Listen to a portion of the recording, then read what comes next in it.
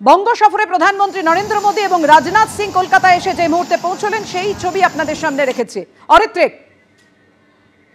আমরা কথা বলবো, আমাদের সঙ্গে রয়েছেন আমাদের প্রতিনিধি অরিত্রিক ভট্টাচার্য। অরিত্রিক, জানাও, প্রধানমন্ত্রী এসে পৌঁছেছেন, সঙ্গে আমরা দেখতে পাচ্ছি রাজনাথ সিংকে।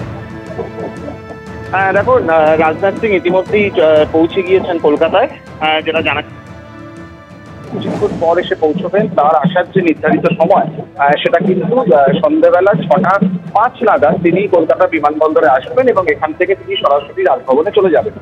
রাজনাথ সিং প্রতিরক্ষা মন্ত্রী, তিনি আগেই এসে পৌঁছেছেন।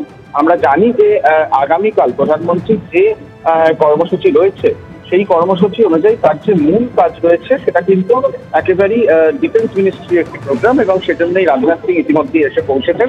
আগামীকাল যেটা হবে সেটা হচ্ছে যে কম্বাইন্ড কমান্ডার্স কনফারেন্স হওয়ার কথা, সেটা এবছর কলকাতায় হচ্ছে এবং সেখানে কিন্তু যে বিভিন্ন যে আলাদা আলাদা আমাদের সেনা বিভাগের যে উইংগুলো রয়েছে তাদের কম্বাইন্ড একটি আলোচনা সভা প্রত্যেক বছর হয়।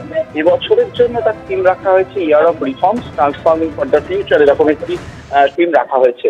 মূল যে বিষয়গুলো নিয়ে আলোচনা হবে, আমরা অপারেশন সিন্দুরের সময় আমরা লক্ষ্য করেছি আর্মির প্রস্তুতি অনেকদিন আগে থেকেই ছিল, কিন্তু এই যে যুদ্ধক্ষেত্রে একটা বড়সড় পরিবর্তন হয়ে গিয়েছে গত 1-2 দশকের মধ্যে, কিভাবে যুদ্ধ হচ্ছে তার যে প্রযুক্তি তার সম্পূর্ণ রকম একটি পরিবর্তন ঘটেছে এবং সেই প্রযুক্তির আধুনিকীকরণ, সেই বিষয়টি নিয়ে আলোচনা হবে এবং পাশাপাশি আরো একটি গুরুত্বপূর্ণ বিষয় রয়েছে।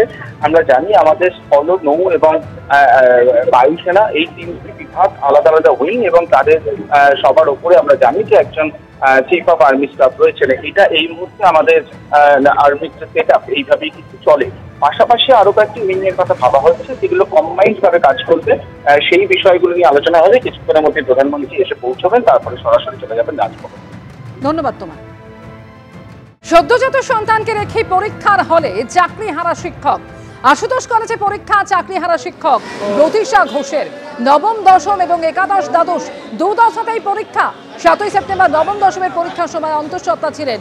8ই সেপ্টেম্বর সন্তান প্রসবের জন্য হাসপাতালে ভর্তি হয়েছিলেন তিনি, আর গতকাল হাসপাতাল থেকে ছাড়া পেয়ে আজ পরীক্ষার হলে। আমার গত 8 তারিখ সিজার হয়েছে, 8 তারিখ, আর কালকে আমি ডিসচার্জ হয়েছি। আজকে পরীক্ষা দিতে এসেছি। বাচ্চা বাড়িতেই আছে, বাড়ির লোকের কাছে আছে। আগের রবিবার পরীক্ষায় বসেছিলেন? আগের রবিবার পরীক্ষায় বসেছিলাম। তখন আমি প্রেগনেন্ট ছিলাম, তখন আমার ডেলিভারি হয়নি।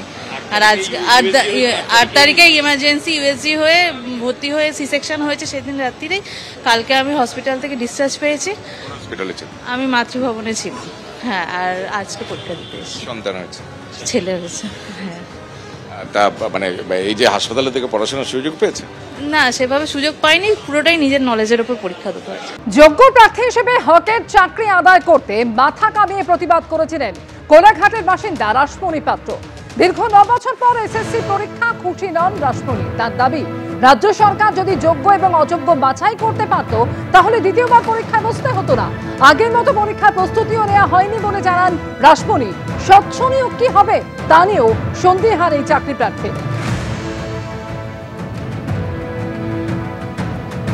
আমরা এই সরকার এবং এই কমিশনের উপর কোনো আস্থা আমাদের আর নেই, একেবারেই নেই। দীর্ঘ আন্দোলনে আপনাদের তার জেরেও আজকে আপনাদের পরীক্ষার প্রস্তুতি কেমন নিয়েছেন? দেখুন, আগের মতো সেই 10 বছর আগের মতো প্রস্তুতি নেওয়া কোনো মতেই সম্ভব নয়, কারোর পক্ষেই সম্ভব নয়। পরিস্থিতি পাল্টেছে, বয়স বেড়েছে এবং পারিবারিক সাংসারিক জীবন, বাচ্চা, সংসার নিয়ে প্রত্যেকের কথাই বলছি। আগের মতো পরীক্ষা দেওয়া বা আগের মতো র্যাঙ্ক করা, সেই রকম প্রিপারেশন নিয়ে কারোর পক্ষে সম্ভব নয়। কিন্তু আজকে বাধ্য করেছে রাজ্য সরকার, বাধ্য করেছে এই কমিশন, তাই জন্য আজকে পরীক্ষায় বসা। আজকে আমাদের কোনো রকম সুযোগ সুবিধা দেওয়া হলো না, ফ্রেশার হিসাবে পরীক্ষায় বসতে হচ্ছে। এটা খুবই লজ্জাজনক, খুবই দুঃখের, খুবই যন্ত্রণার। আজকে অনেক বুকে ব্যথা নিয়ে, কষ্ট নিয়ে দিন রাত এক করে আবার পরীক্ষা, রাত দিন এক করে সংসার সামলে, বাচ্চা সামলে, সব কিছু সামলে যতটুকু সময় পেয়েছি পড়াশুনো করে এই সেন্টারে এসেছি চাকরিটা পাবো বলে।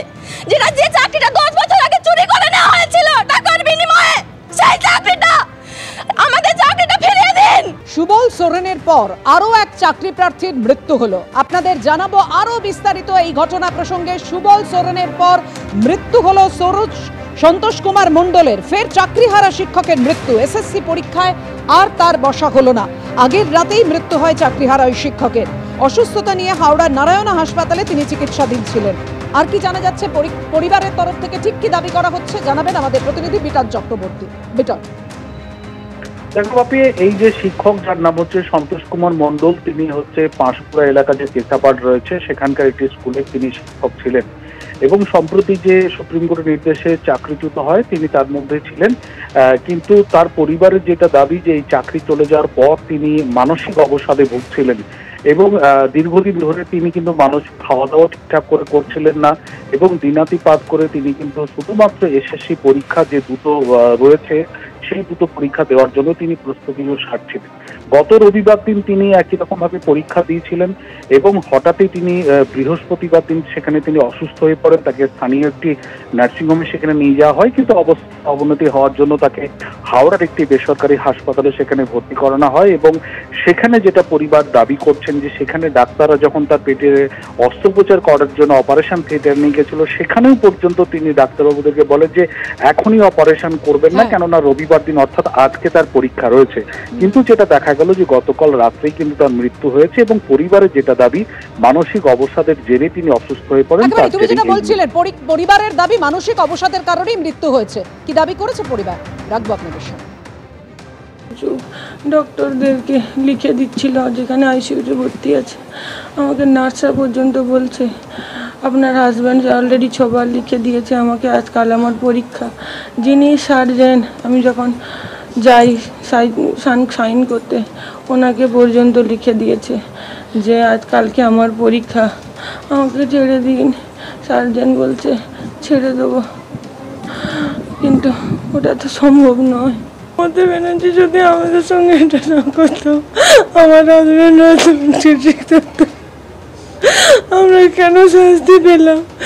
আমরা যোগ্য বলে আমরা শাস্তি পেলাম, আমাদের কোনো ন্যায় নেই। আলিসান্ডায় কেসাপাড় আলিসান্ডায় চাকরি চলে যাওয়া থেকে অসুস্থ, আবার সংসার চালাবে কি করে, 20 ঘন্টা টিউশানি করতো, তারপরে পরীক্ষা হবে বলে রাত্রি জেগে পড়াশোনা করতো। তার এই করে শরীরটা খুব খারাপ হয়ে যায়, কিছু খেতে পারতো না, পেটে যন্ত্রণা হতো। তারপরে আমরা মাদার টেরেজায় ভর্তি করা হয়, সেখানে বলতে পারছি না, সেখানে অক্সিজেন দিয়ে সেখানে পারবেনি বলে নারায়ণী নিয়ে যাওয়া হয়। সেখানে নিয়ে যে তারা বলছে অপারেশন করে 1 বছর মানে এই প্যানেলে 16 সালের চাকরিটাই তো বাতিল হলো। ও কেসাপাড় আলিসান্ডায়